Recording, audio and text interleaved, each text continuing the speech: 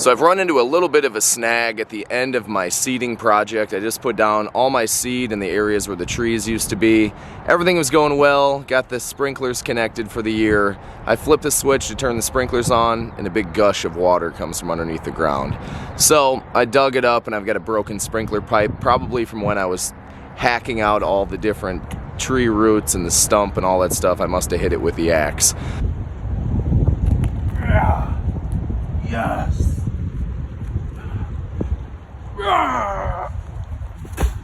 Yes. So, if you're like me, you don't like hiring people to do things for you. I figured I can fix this on my own, so that's what I'm going to do today. So today I'm going to show you how I'm going to fix this sprinkler pipe that's underground. If you have a similar situation, you could use the same strategy that I use. My beautiful seeded area is no longer beautiful. Like I said, once I turned that sprinkler on, I had a huge gush of water. And if you have underground irrigation, anytime that happens, if you see a bunch of water, you got like a water bubble underneath your grass, you probably have a broken sprinkler line. And it's not that difficult to fix. I got all the parts to do this at Lowe's for about, I think it was $8. So not the end of the world. It is annoying, but we'll get it fixed, hopefully. So let's give this a shot. So the first tool that I'm using is actually something that's a little bit unorthodox, but this is one of the dollar store water guns that my kids play with, and it's a great way to get all the water out of the area where you're going to be working, because if you can't get that out of there, you can't see where the pipe is to get to everything. You want to make sure that you give yourself some room to work with the pipe a little bit, so wherever the crack is or wherever the break is, give yourself at least 6 inches on each side, because you're going to need to be able to move that pipe a little bit. So I got this dug up and I found the area where the pipe is broken. You can see right here, there's a split right there, and there's one right here too.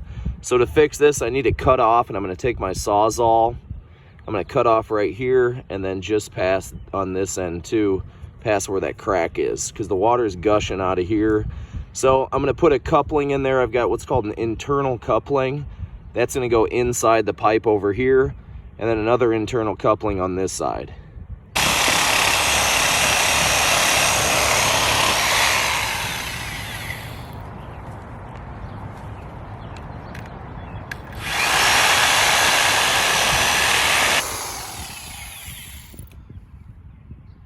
Here's a better look. You can see exactly where the axe went through this pipe, and that's definitely my problem. So I've got the old piece cut out. Now what I need to do is I need to put a new piece in, but in order to do that, I need a coupling. And this is called an internal coupling, and this is going to go inside of that old pipe, and I'm going to use a hose clamp to connect that onto there. Using a rubber mallet would probably be best for this.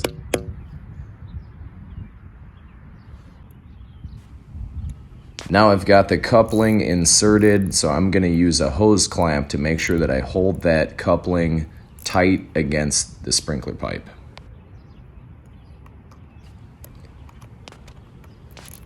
Next thing I need to do is take the spare part, the 1-inch sprinkler line, and I'm going to put that onto the coupling. And with that, I'm going to make sure that I already have a hose clamp on there, because once I get it on there, I want to be able to slide that hose clamp on and tighten this end up.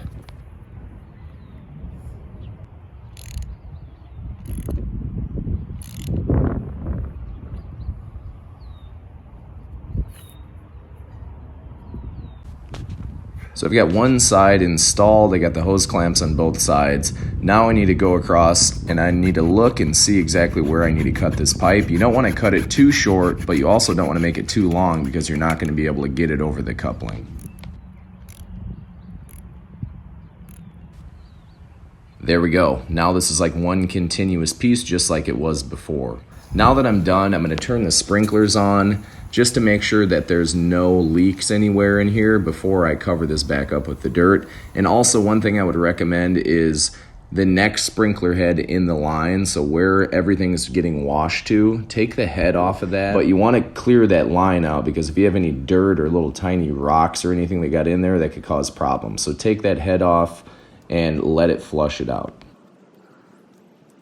All right, so I ran the sprinklers, everything's looking good. Now I need to replace that dirt and try to compact everything down, because if you don't try to compact it, you're gonna have settling over time. So I'm gonna stomp that in and try to get it really compacted. That way everything's nice and smooth the way I want it. Replace that seed and hopefully this will start growing.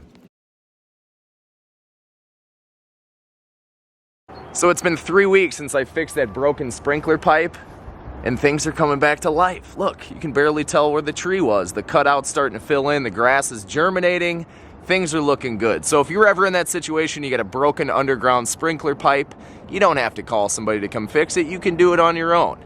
Thanks so much for watching this video, I appreciate it, and I'll see you next time.